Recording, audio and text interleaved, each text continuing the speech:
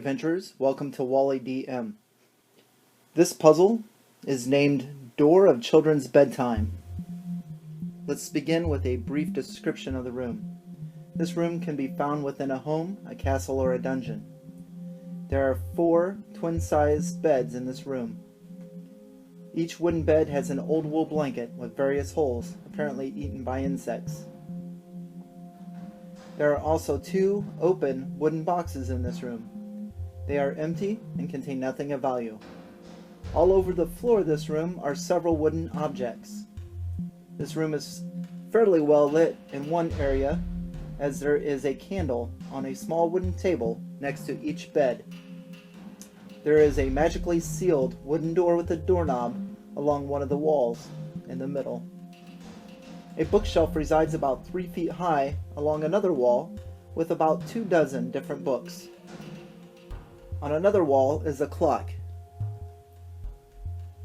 I would describe this clock as a grandfather clock.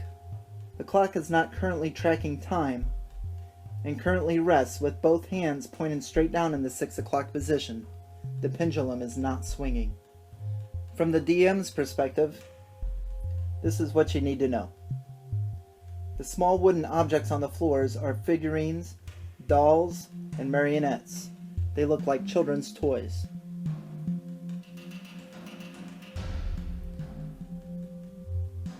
If a character were to inspect the bookshelf, they'll see about 24 books, children's books, and there seems to be an open slot where a book is missing. If a character inspects the clock, again, they will see both hands pointed downward in the 6 o'clock position. They will also see that the pendulum is not swinging. The character will not be able to move the pendulum, no matter what type of force they would use. If a character were to inspect the beds, both in them, around them, and under them, underneath one of these beds will be a book. Let's just say it's Jack and the Beanstalk. And finally, if a character inspects the door, they will be able to see that it's well made and indestructible. A detect magic will show that it does glow with an aura, and it is magically sealed. The door will not open no matter what the PCs try to do.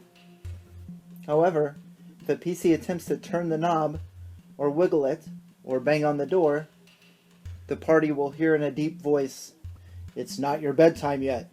Go back into your room and play, or read a book or something."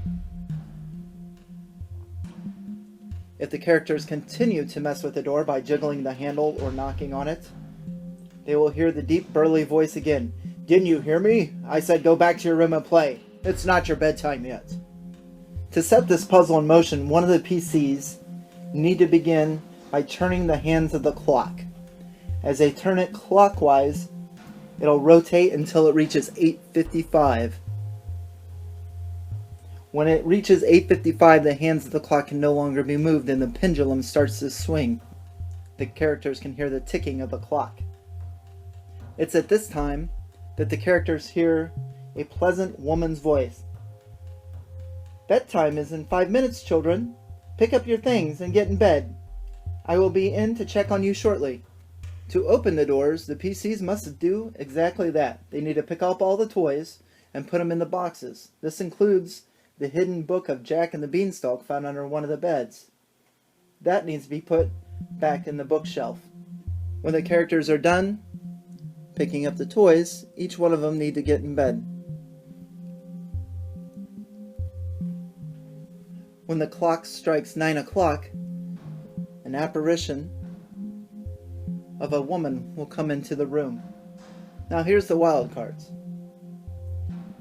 If the party picked up all the toys, put the book back on the shelf, and left the candles lit, then the woman will say, "Oh, you're still awake. Well then, let me read you a story." She will then proceed to get Jack and the Beanstalk from the bookshelf and read it to the PCs. When she is done, she will blow out the candles, the magic door to the north will fade away, and the woman will disappear.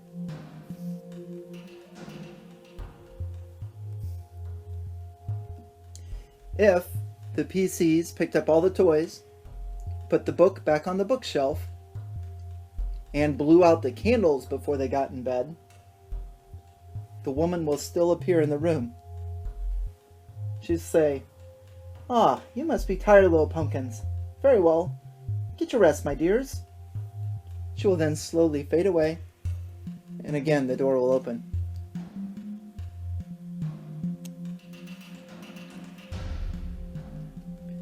Now, to fail this puzzle, the party either didn't put the toys away, did not put the book back on the bookshelf, or were not in bed at 9 o'clock. In this case, the ghostly woman will come into the room, and she'll get angry. "I told you to pick up all your things and get into bed. How dare you disobey me?" The party will then hear the crack of a whip and feel an intense burning on their backside as if they had just been lashed. I would probably roll 2d8 for damage, but of course that's up to the DM's discretion. The woman will then disappear, and then the clock will reset with both hands going back into the 6 o'clock position and not working. To set the puzzle in motion again, the party must rotate the hands of the clock until it stops at 8:55.